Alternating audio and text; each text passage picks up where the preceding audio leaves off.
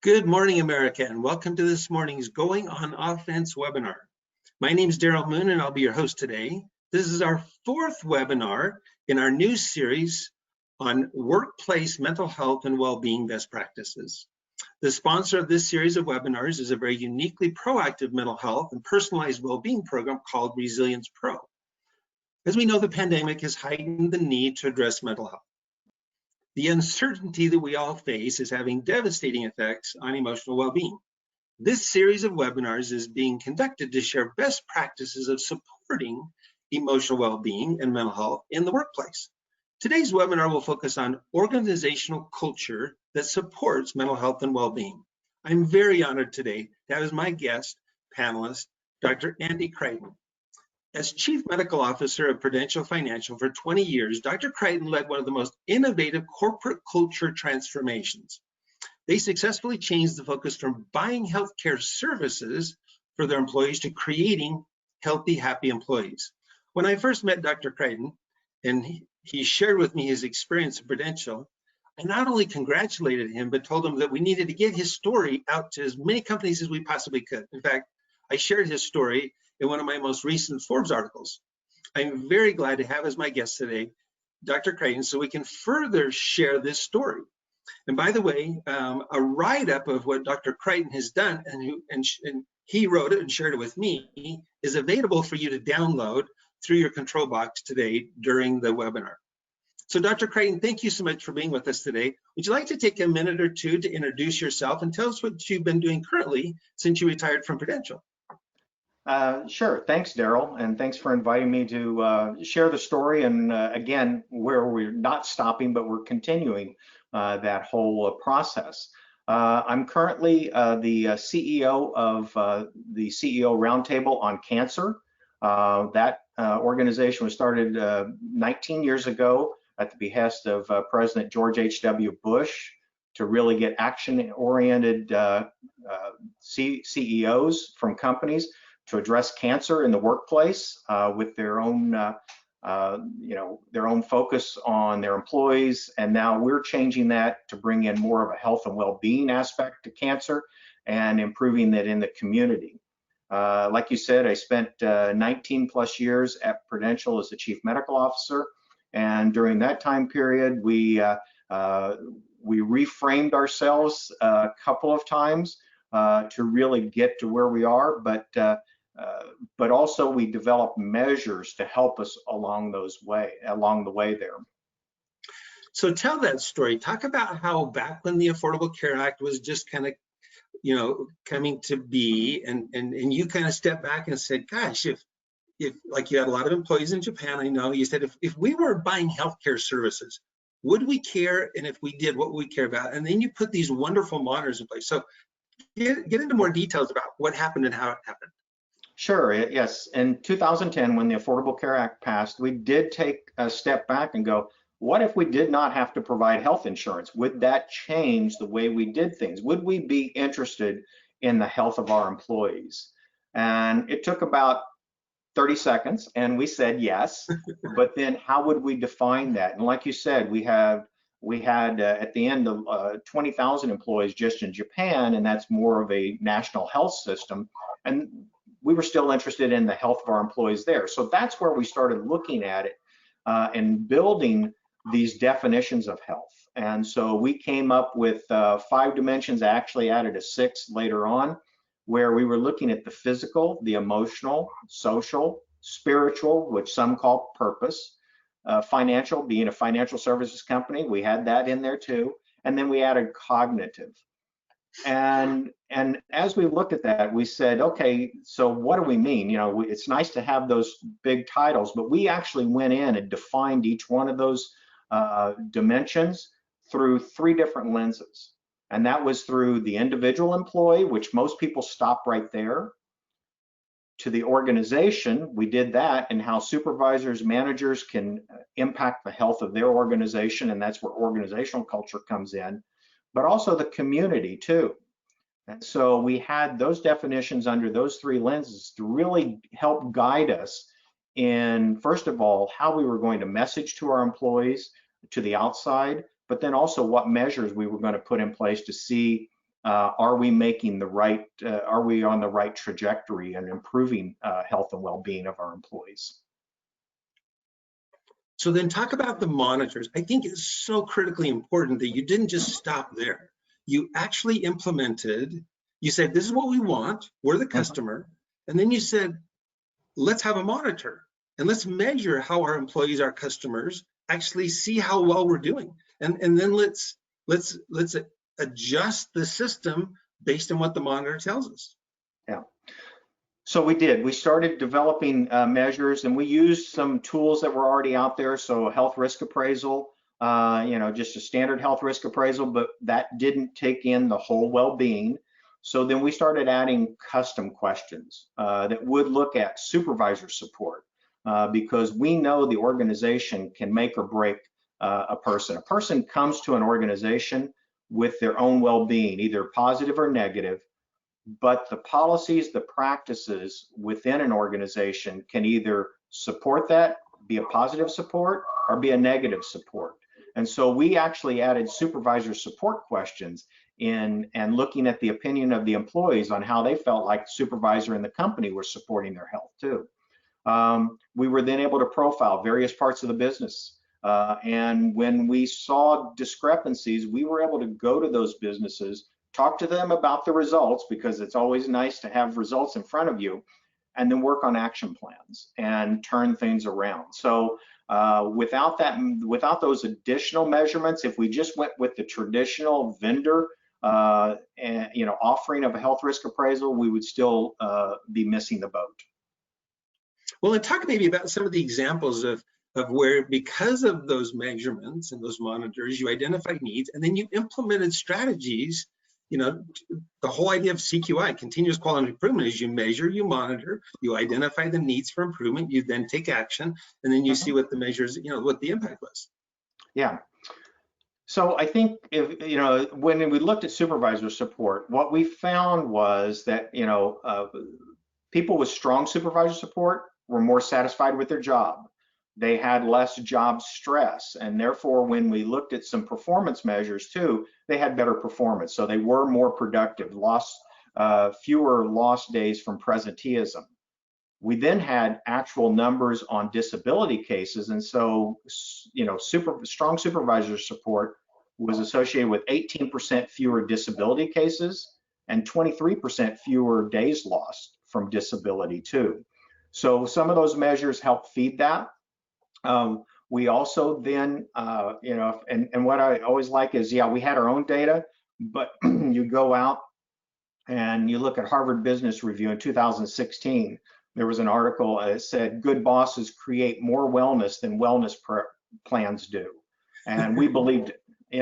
We were only a guide, if we succeeded, it wasn't because of us, it was because of the organizational culture there. And what we've also found too was toxic bosses, and that was in talent management 2016, toxic bosses could be putting your employees' health at risk. And we did find that. We had a couple of employees that we knew, again, we had on-site clinics that had clinical depression. They were in work environments where they were very supportive, they could thrive. I like the word flourish. But they were in two different organizations, and they both around the same time decided, I'm going to try to change things up. I'm going to try to transfer to a different part of the organization. And they did. Coincidentally, both of those parts of the organization were toxic environments, and both decompensated. One actually went out on disability. The other one was, again, engaging our mental health professionals that we had on site. And we worked through that, and they were luckily able to transfer back into a strong supportive work environment and then return back to normal. So in that case, the work environment was the cause of mental health deterioration. And well, I'm so glad you brought that up because, again, today's webinar is on how can organization culture support mental health and well-being. And I think, we sometimes forget that. In fact, Deloitte did a study and found that the greatest ROI is improving company culture and building awareness. more than anything else you can do to address mental health and well-being, address the culture aspect. And so I was having a conversation a few weeks ago with Bonnie Ross, who happens to be the resilience leadership coach for the Walt Disney Company. And they've done some amazing things under her direction to build leaders and to support those that are struggling to be more, they call them resilience leaders. I love that concept. Talk a little bit about maybe some of the things that Prudential did to address leadership challenges, maybe bosses that were toxic, and how do you build a better culture of, management and supervisory training and so forth? Yeah. So we did have, again, we had mental health professionals on site that would then coach some of these areas. First of all, starting with the leadership, identifying this, because you got the leadership on board, it was easier to then get the areas of concern, I'll say, under control, or at least on the right guide path. We also then partnered with a vendor that was, again, aligned with our values. So we didn't go buy something in a box. We really looked at that and brought in a training for our managers in how to not only take care of their own employees, but take care of themselves too. And, it was very much focused on energy and really, and when you did that, part of this was making sure that employees or themselves too were, when they needed to be focused, they were focused. And so that helped out a lot. And then we delivered it to the rest of the employees also. I think in a lot of these environments, it was sometimes an uphill battle. There were some environments that said, no, we've got this and everything like that. And it finally, in one instance, it took, and I hate to say this, but it took a very public suicide of a vice president in the workplace before that area got the attention of them, going, oh my goodness, what's going on? Again, having all the data, the next day we had a profile of their organization compared to the rest of Prudential.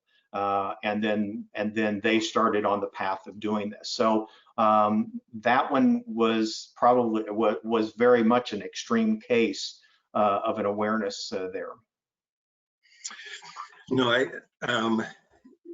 I think one of the most important things that any company can do to really build awareness and the importance of mental health and addressing mental health is an email from the president or the CEO or an executive team member. And even if they're just a little bit vulnerable, to say, gosh, especially right now with COVID, we're all struggling, and it's okay to talk about it. It's okay to reach out for services. It's okay. And that builds a culture where employees go, oh, everybody's dealing with this.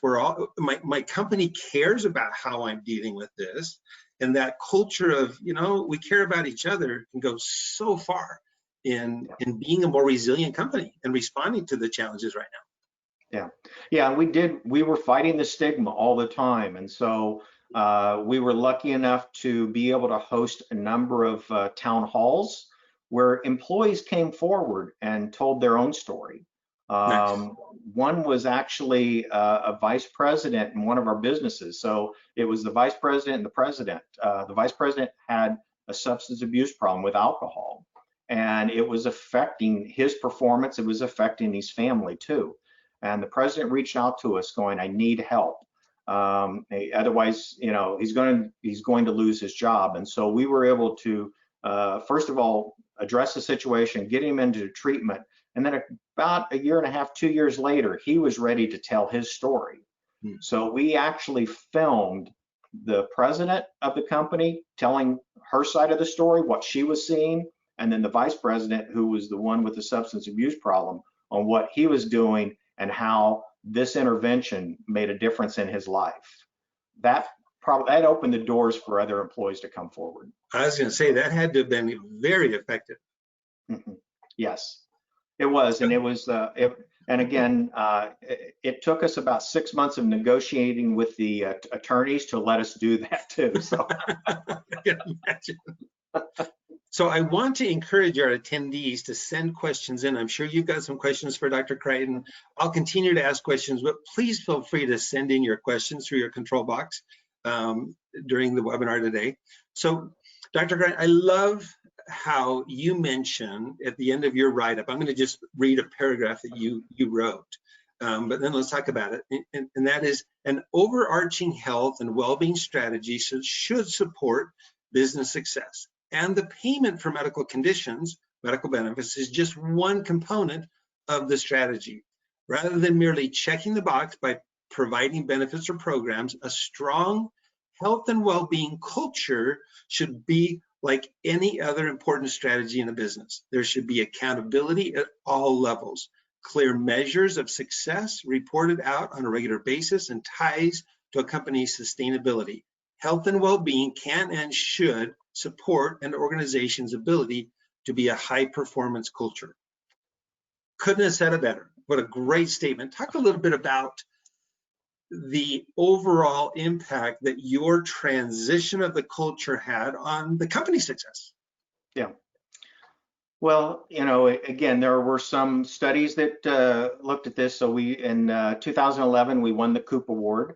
We also always did the Hero Scorecard, looking at things. And so there's actually 2 studies out that looked at that. There are 3 studies, but one involved Coop Award winners, and then ones that scored high on the Hero Scorecard, and the stock performance. And so we were in that one that outperformed the S&P 500. That study was done by Ray Fabius. So there is and I'll just say it's an association. It's not a cause and effect. It's just there. But what we did find was we had managers, supervisors, and leaders coming to us to consult with issues too, and because we had some insight into maybe some problems in their area, why they were not quite able to perform like they wanted to, as well as I said, the data all the time. And the last thing too was, as I talk to leaders and you talk about health insurance, I said, this is something you can't go buy, you have to own. And that was the message all the time, is we're kind of the messenger. We'll help them, but we don't own it. It's the leader that owns it. Nice. So we talked just a little bit before the broadcast started about a system in Alaska called the NUCA system of care, where instead of being come to the medical institution who's full of wisdom and knowledge to be fixed when you fall off a cliff, they've turned the system around to say, no, the customer owner, the patient, is the focus of the system. And if the focus is on the person, the owner of their own health, instead of saying, come to us and be the benefactor, what if we all focused on supporting the person and their health? And in doing that, all of a sudden engaging people in their own change, helping people reach their own goals, having a person's own vision of their own long-term health becomes the focus, instead of come to the medical institution, we'll identify your symptoms, we'll give you a diagnosis, we'll send you off with a treatment plan. In NUCA, they put that secondary. In other words, it's more important to have a long-term relationship with the person, engage that person in health and well-being, than to have a perfect treatment plan and a perfect diagnosis. Yeah.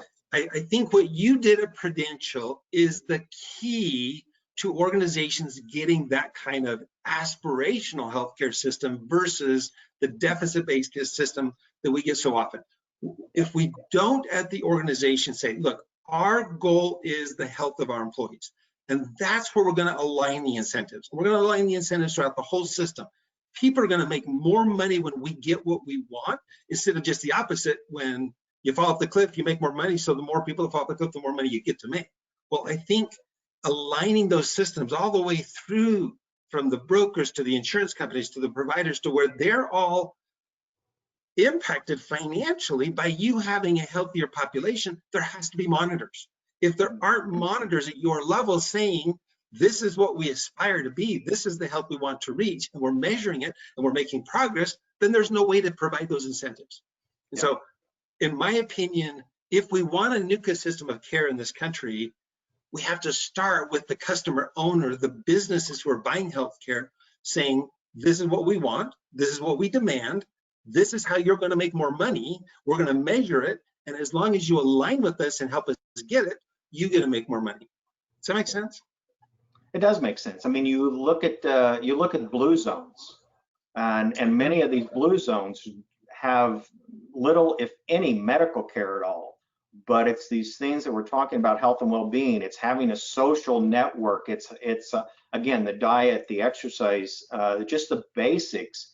And these people are living in their 80s, 90s, and 100s without a strong medical system behind them. So yeah, I think in the U.S. we've got things flipped, where we have the medical system here as the umbrella, and then all the other little aspects of health going around, and that's completely backwards, where you should have this overarching health and well-being, and medical care is really a column under that, not the big driver. Which is why I think your story needs to get out there. It's like Prudential actually said, this is our focus. Talk a little bit about how that affected your selection of vendors and how you work with vendors to help you get those improvements in those monitors that you are measuring. Yeah. Well, first of all, I guess the driving force was we had a health and well-being strategy. And a lot of organizations say, okay, I have a health, a wellness program. Well, you can't start with program. It's very tactical. So we had a strategy, and then we would grade potential vendors against how they came up against our strategy. And there were some that were just completely off.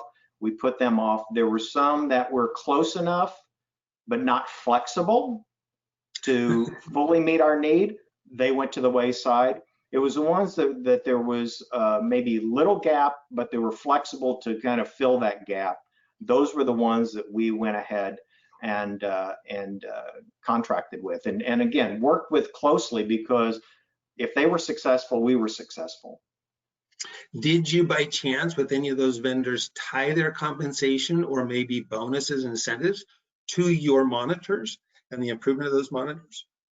No, as I always said with the contract, it's usually, and I know there's probably brokers on here, the brokers make a lot of money trying to figure out, do they get the bonus or not?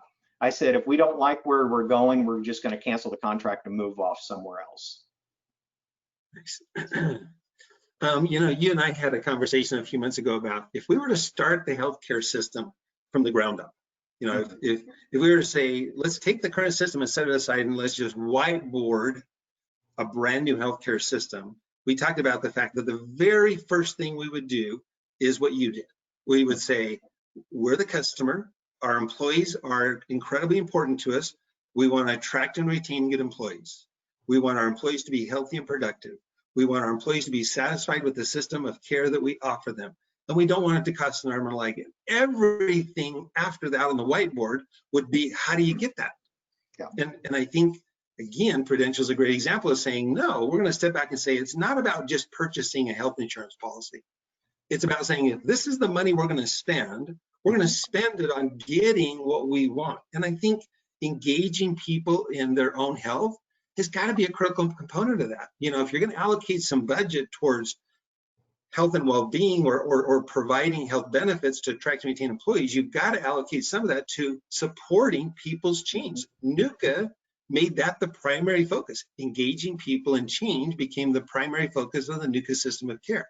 I think, again, employers who are trying to build a culture of health and wellness need to say, if they're going to buy healthcare services, let's allocate a portion of that to engaging people in change. What are some of the things that Prudential found to be helpful and successful at supporting people's need to change and improve their health? Well, first of all, it was meeting them where they are. And so what we did was we had a number of options that someone could use, whether they want to do something telephonic, whether they want to do something in person. So it wasn't just a one size fits all. And I think that's where, you know, you talk about NUCA and Alaska, that's it. It's like, first of all, what is the value of that individual? And how can we meet those values? So that was number one. Number two was we took a risk. So we even we had life coaching that we put in, and so we had a lot of people come to work with life coaches. And what we found too was there was a number of people that were not happy at Prudential. And so what do? It's like with the life coaching, we help them we help them find their way out of Prudential and thank us on the way too. So again, you talk about organizational culture. It's more than the healthcare system. It's really meeting that individual and finding out what they want and where they are in their life too. Nice. So we're about out of time. With the few minutes we have left, again, if anyone's got any questions, please send those in. But Dr. Creighton, share maybe some takeaways that are kind of high-level summary or just important wisdoms you've gained over the last 20, 30 years that you'd like to share with our attendees. Yeah. I think number one is take the time and use the energy to know your people. You know, yeah, you can't build something for everyone, but you can build it for the large majority of them, but be ready to identify those that fall outside of that built environment and find ways to help them along. I think in regards to being successful in an organization is rely on your management, rely on your culture, and look at your policies and procedures too. And are they supporting you in the direction you want to go, or are there some hiccups that you may need to change? I mean, you look at COVID right now. One of the things was with my group that I have now, I've got a lot of data scientists and things like that, and they were meeting out. It was so easy to have a Zoom meeting and all these things. And so we went to meeting-free Wednesdays to help them get their work done. So always being aware of what's going on with your employees and having the ability to say, you know what, this isn't important, take it off your list.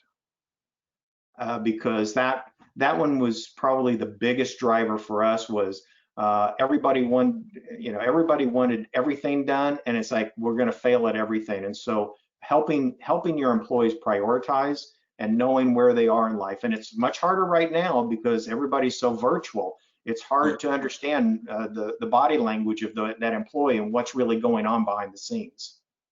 True. Awesome. Great wisdom. Thank you so much. Thank you so much for joining us today. I'd like to close by simply mentioning that Resilience Pro is the sponsor of this series of webinars, and a brochure describing the solution is available for you to download through your control box.